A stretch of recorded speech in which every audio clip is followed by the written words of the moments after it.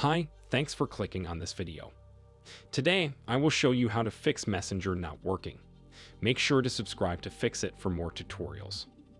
First of all, make sure that you are using the latest version of Facebook Messenger. For checking this, go to App Store, type Messenger.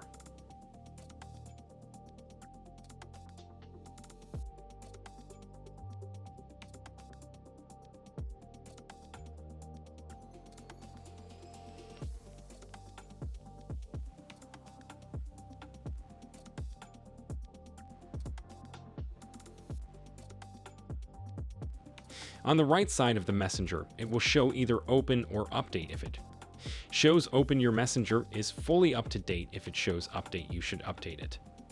All of your apps should be fully updated, otherwise the app may experience problems and things may stop working. Make sure that everything is up to date.